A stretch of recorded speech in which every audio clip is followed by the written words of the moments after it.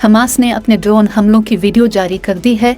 Video में साफ दिखाई दे रहा है गजा की पट्टी से इसराइल तक ड्रोन से कैसे हमले किए जा रहे हैं। एक के बाद एक हमास अपने ड्रोन लॉन्च करता दिखाई दे रहा है। ये ड्रोन बम से लैस होते हैं जो अपने टारगेट से जाकर टकरा जाते हैं। ये ड्रोन रेडार पर भी नजर नहीं आते हैं, जिसकी वजह से इसराइल के लिए ड्रोन बहुत खतरनाक साबित हो सकते हैं।